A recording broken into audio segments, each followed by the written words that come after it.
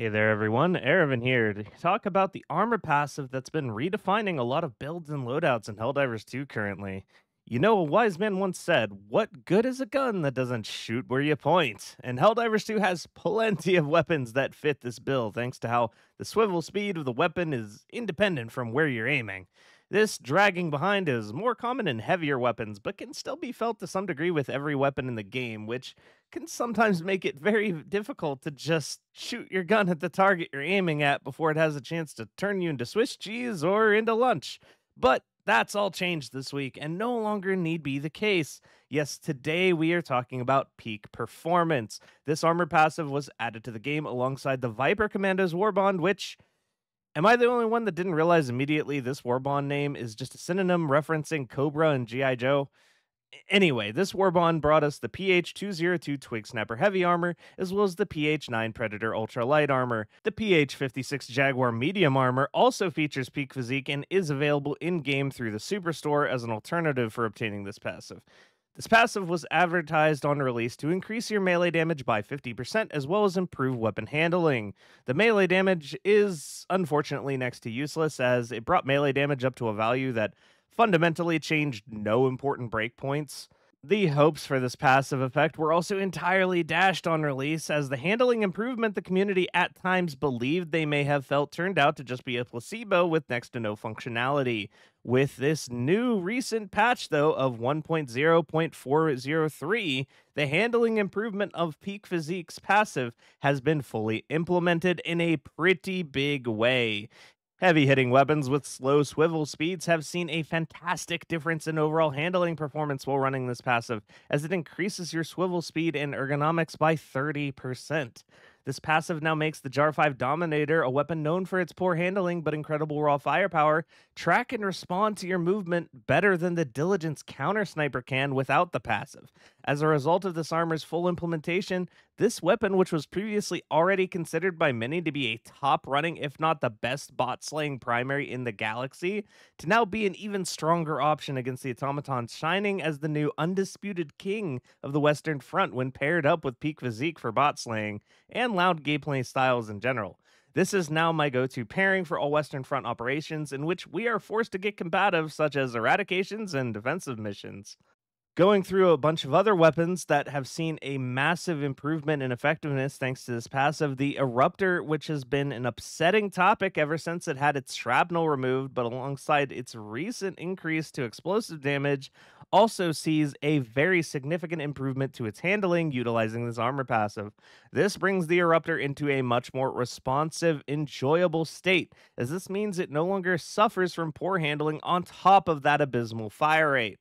Now that its ability to get on targets has been improved by utilizing Peak Physique, I'll likely be wearing out the PH9 Predator in conjunction with the Eruptor once more when going on Terminated Blitz missions to solve bug holes at a distance that they have no spawns around the outside of the nest once again, as you'll now have far less trouble with swarms thanks to the fact that you can actually get on target in time to fire before they can pounce on you.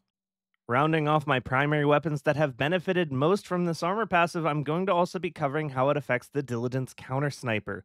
With a quieter sound profile, a better optic, and better handling than the Jar 5, the DCS has seen widespread use throughout my community against the automatons ever since its damage buff brought it above the required amount to consistently one-shot headshot devastators. While it lacked the staggering voice and durable damage of the Jar, the weapon otherwise felt more responsive to fire. With the addition of the Peak Physique passive, these two have never been more neck and neck. As well, the Jar becomes extremely responsive thanks to this passive as far as its ability to snap on targets.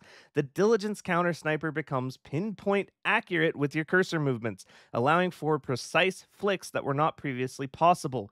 Running the Diligence alongside this passive now creates the pinnacle in skill issue primaries, as the only thing separating the Devastator pack from the Scrap Heap is your ability to click their heads off. While the benefits over not running this passive are much more modest than the other weapons on this list, this modesty with such a precision-based weapon can actually feel like a much greater difference than you would expect. The autocannon might be the biggest winner when it comes to the peak physique passive, utilizing this weapon that cannot stop catching Ws while catching 0 nerfs, serving as the pinnacle of what a balanced support weapon looks like. We see it become even more balanced with its ability to rapidly snap between targets in Devastator hordes, taking them out in 2 body shots each while staggering them on the first hit, as well as the capability to effortlessly track gunships through the air thanks to the swivel speed improvement. The autocannon has and likely always will be among the best in the business as far as support weaponry, and this passive has taken it to an even greater level of reliability. It is worth mentioning, though, that the fortified passive for recoil reduction while crouching will also remain a competitive option, of course, as the autocannon can much more easily double tap or rapid fire onto a target thanks to that reduction as needed, making it a bit more of a preference-based decision, although the explosive damage resistance of the fortified passive is definitely something that should also be considered here.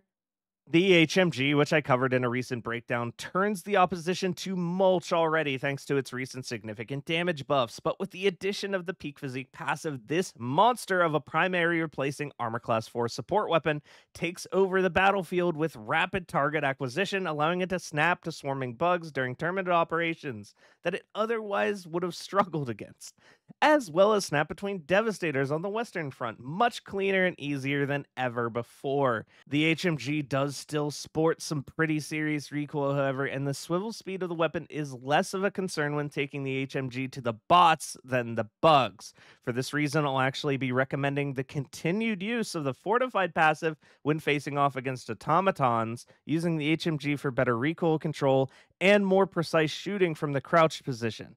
And the Peak Physique passive, specifically the PH9 Predator Ultralight Armor for the Terminates, where the rapid target acquisition really comes in clutch and helps the weapon perform there. We also, of course, have to talk about the laser cannon, as the laser cannon is now more like a laser pointer when utilizing the armor passive, allowing rapid head pops against Devastator hordes and Hulks alike.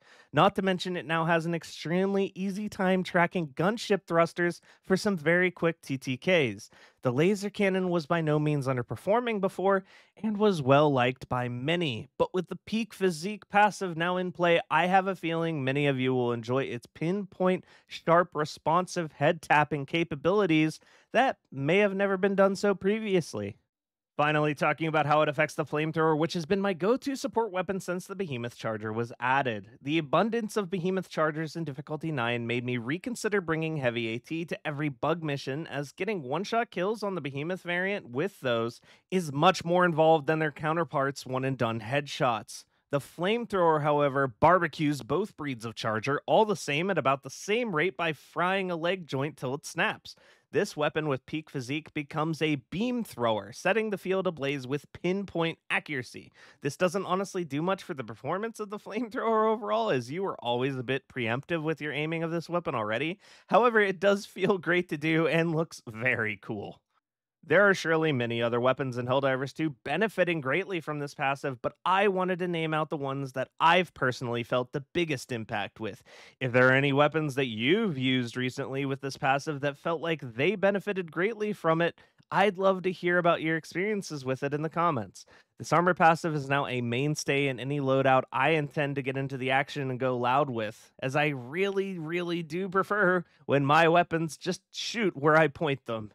Thank you for watching till the end, and have a wonderful day. I'll see you next time. And now, another helpful tip from General Brash. Eruptor has taught us the value of rocking out with your guns out in the field. The power of our men's rippling biceps will strike fear into the hearts of our enemies following this revelation. For this, I am ordering all active Helldivers to like, comment, and subscribe to his channel.